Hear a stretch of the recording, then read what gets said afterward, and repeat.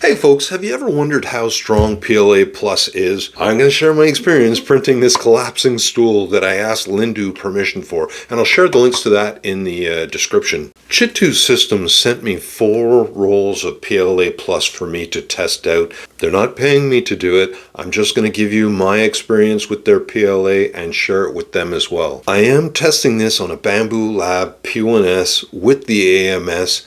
And you'll notice that the reel is waxed, so normally that's a great thing with an AMS, except 3 out of 4 rolls worked great, but one of them would not.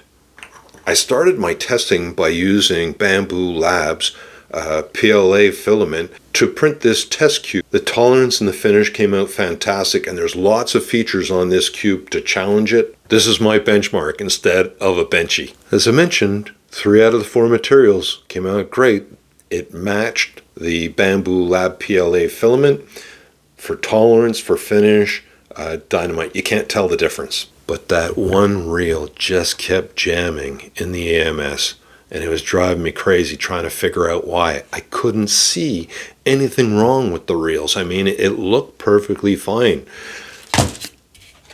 I even printed the rims to add on to the reel, that one reel. So even with this, it still jammed.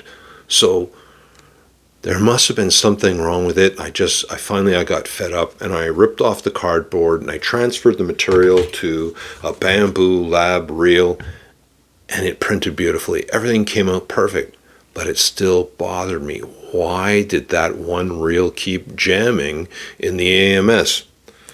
Well, I finally figured it out.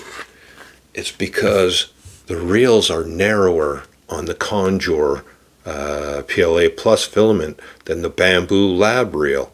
So significantly narrower. So what was happening was some imperfection that I could not see, and the reel would skew to the point where it would choke the filament, and the printer would stop because it had an error because it couldn't pull the filament through. So we put that one to sleep. Once I got those 4 cubes done, I needed something more challenging, so I ended up opting for the stool, the collapsing stool that I mentioned that I asked permission from Lindu to use it in this video. And when I went and I did the colors, I wanted to test it for finish to see how well and smooth it'd come out, but how well it would adhere each layer as it changed colors. By accident, I ended up changing colors right on the tip of a tooth. So, I mean, there is a very small portion that has a color change right on the edge of that tooth. And I gotta tell you, I didn't just sit on this thing. I was balancing on it, and I was waving in the wind, very unstable, swaying. There's a few times that I had to jump off because I was going to lose my balance and fall down, and this thing withstood that incredibly.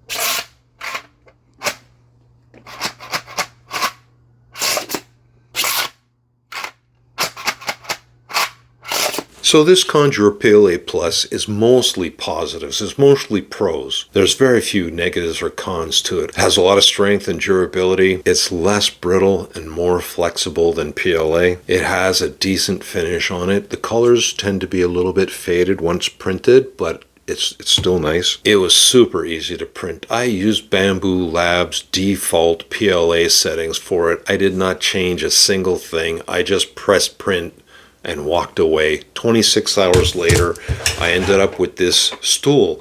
But I gotta tell you, when you take this off the bed, this thing is super tight. I needed a rubber mallet and a punch in order to break this thing loose. And I followed the instructions that were shared by Lindu. I'm gonna share that in the description. Now for the cons, and there's very few of them. Normally the cost is prohibitive for PLA Plus, but I've got some links in the description. You can check that out for yourself. I wouldn't call it a con in this case. According to the research that I did, normally there's a lot of stringing and oozing with PLA Plus. I did not experience any of that with the cubes nor with this stool. And lastly, this is the one that I really don't like, but it is not very biodegradable the same way that PLA is. So I hope you enjoyed this video and watch this video next.